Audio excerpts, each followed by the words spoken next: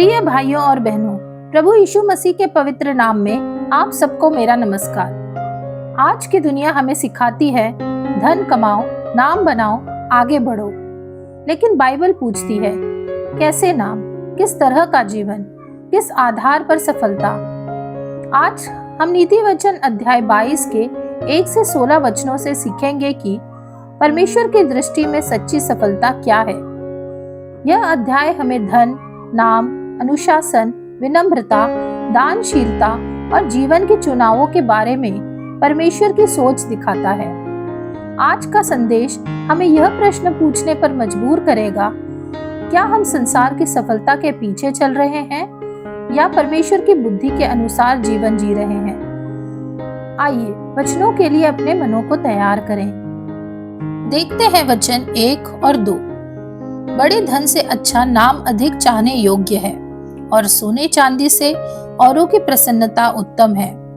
धनी और निर्धन दोनों में एक समानता है, यहोवा उन दोनों का करता है। वचन 1 बताता है कि परमेश्वर के लिए चरित्र संपत्ति से बढ़कर है। धन नाशवान है पर नाम और गवाही स्थायी है। सबोपदेशक 7:1 कहता है, सुगंधित इत्र से अच्छा नाम उत्तम है। आज की दुनिया कमाओ पर जोर देती है। बाइबल कैसे कमाते हो पर जोर देती है। गलत तरीकों से कमाया गया धन अच्छा नाम नष्ट कर देता है। अच्छा नाम पीढ़ियों तक आशीष लाता है। घर, समाज और कलीसिया में अच्छा नाम भरोसा बनाता है। वचन 2 कहता है कि परमेश्वर ही सभी का सृष्टि करता है। सब परमेश्वर के सामने समान है। याकूब 2:1 से 5 कहता है, पक्षपात मत करो। यह वचन घमंड को तोड़ता है। धनी को सिखाता है घमंड न करे। निर्धन को सिखाता है तू कम मूल्य का नहीं है। परमेश्वर का परिवार धन के स्तर पर नहीं बल्कि अनुग्रह और प्रेम पर आधारित है। देखते हैं वचन 3 से 5। चतुर मनुष्य विपत्ति को आते देखकर छिप जाता है, परंतु भोले लोग आगे बढ़कर दंड भोगते हैं। नम्रता और यहोवा के भय मानने का फल धन, महिमा और जीवन होता है। टेढ़े मनुष्य के मार्ग में कांटे और फंदे रहते हैं, परंतु जो अपने प्राणों की रक्षा करता वह उनसे दूर रहता है। वचन 3 हमें सिखाता है कि चतुर मनुष्य वह नहीं जो सब जानता है, बल्कि वह है जो परमेश्वर की चेतावनियों को पहचानता है। परमेश्वर पहले ही संकेत देता है, वचन के द्वारा, आत्मा की गवाही से और परिस्थितियों के द्वारा। परमेश्वर की इच्छा न्याय नहीं बल्कि सुरक्षा है, परंतु चेतावनी को अनदेखा करना मनुष्य की जिम्मेदारी है। वचन 4 हमें बताता है कि नम्रता और परमेश्वर का भय साथ साथ चलते हैं। जो सच में परमेश्वर से डरता है वह अपने आप को बड़ा नहीं समझता। नम्रता यह स्वीकार करती है कि परमेश्वर ही सर्वोच्च है। मीका 6:8 कहता है, नम्र होकर अपने परमेश्वर के साथ चलो। आशीषें फल के रूप में आती हैं, लक्ष्य के रूप में नहीं। धन, महिमा और जीवन ये परमेश्वर के भय का परिणाम है, उद्देश्य नहीं। वही वचन 5 एक टेढ़े मनुष्य के बारे में बताता है। जो सत्य का मार्ग छोड़ता है तब उसका मार्ग खतरों से भर जाता है। यह वचन चेतावनी है। जो अपने प्राण की रक्षा करता है वह जानबूझकर खतरे में नहीं कूदता। इसलिए प्रियजनों, बुद्धिमानी खतरे से बचाती है, नम्रता आशीष लाती है और सही मार्ग जीवन की रक्षा करता है। देखते हैं वचन 6। लड़के को उसी मार्ग की शिक्षा दे जिसमें उसको चलना चाहिए और वह बुढ़ापे में भी उससे न हटेगा। परमेश्वर परिवार को शिक्षा का पहला स्थान मानता है। आत्मिक बीज बचपन में बोए जाते हैं। परमेश्वर चाहता है कि अगली पीढ़ी धर्म और सत्य में स्थापित हो। इसे आप देख सकते हैं व्यवस्था विवरण 6 से 7 वचन में। बचपन की आदतें भविष्य का चरित्र बनाती हैं। इसमें माता पिता और अगुओं की बड़ी जिम्मेदारी है। बच्चों को केवल शिक्षा नहीं, दिशा चाहिए। जो हम सिखाते हैं वही भविष्य बनता है। देखते हैं वचन 7 से 9। धनी निर्धन लोगों पर प्रभुता करता है और उधार लेने वाला उधार देने वाले का दास होता है। जो कुटिलता का बीज बोता है वह अनर्थ ही काटेगा और उसके रोष का सोटा टूटेगा। दया करने वाले पर आशीष फलती है क्योंकि वह कंगाल को अपनी रोटी में से देता है। वचन 7 हमें यह नहीं कहता कि धनी होना पाप है, बल्कि यह दिखाता है कि धन असमानता और नियंत्रण पैदा कर सकता है।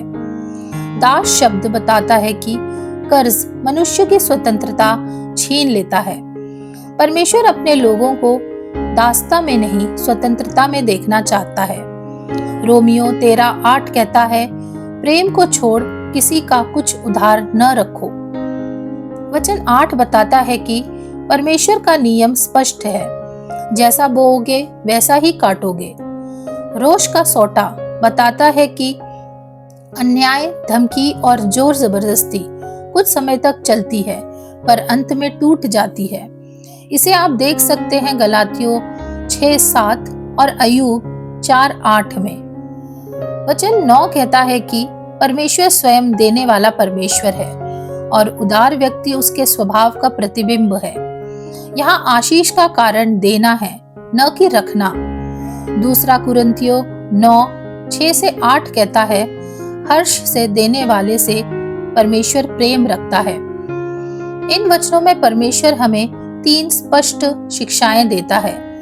कर्ज से सावधान रहो, अधर्म से दूर रहो और उदार बनो। देखते हैं वचन 10 से 12।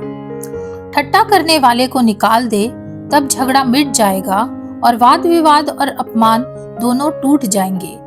जो मन की शुद्धता से प्रीति रखता है और जिसके वचन मनोहर होते हैं, राजा उसका मित्र होता है। यहोवा ज्ञानी पर दृष्टि करके उसकी रक्षा करता है, परंतु विश्वासघाती की बातें उलट देता है।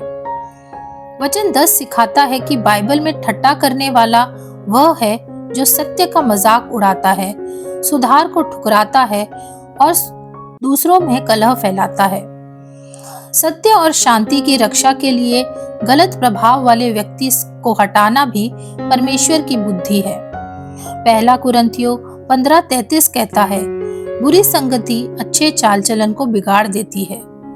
शांति को पाने के लिए कभी कभी सीमा तय करना आवश्यक होता है।